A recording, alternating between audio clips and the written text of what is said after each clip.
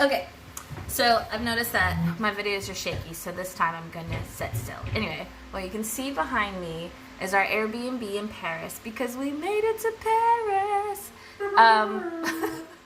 So people sometimes ask, what tips do we need to know about traveling with a baby?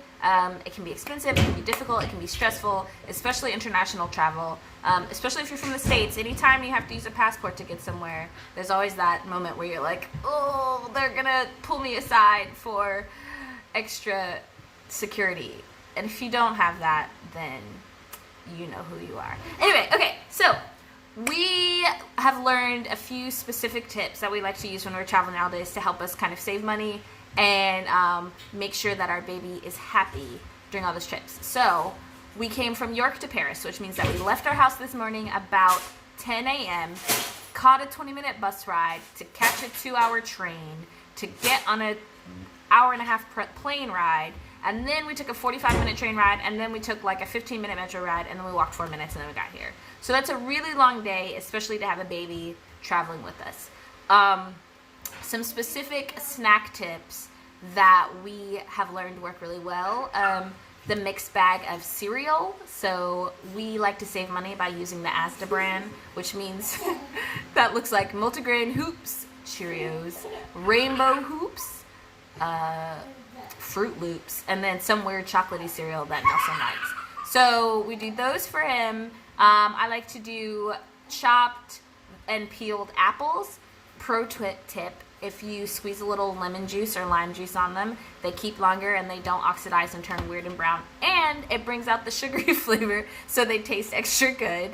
So sliced and peeled apples, sliced courgettes, which are really nice.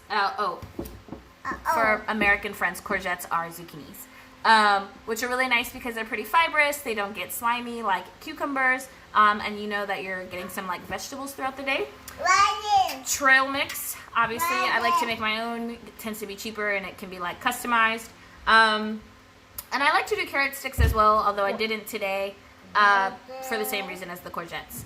What am I missing? We make and we pack sandwiches. So we like to eat breakfast before we leave the house for a train ride, and then take sandwiches while we're gone, which we can either eat on the train or eat in the airport.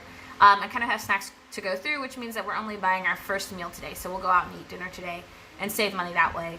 And then our last kind of food saving tip is we have learned that while we travel, especially if we try to specifically stay in an Airbnb because they have like cook sections, because it's like somebody's house.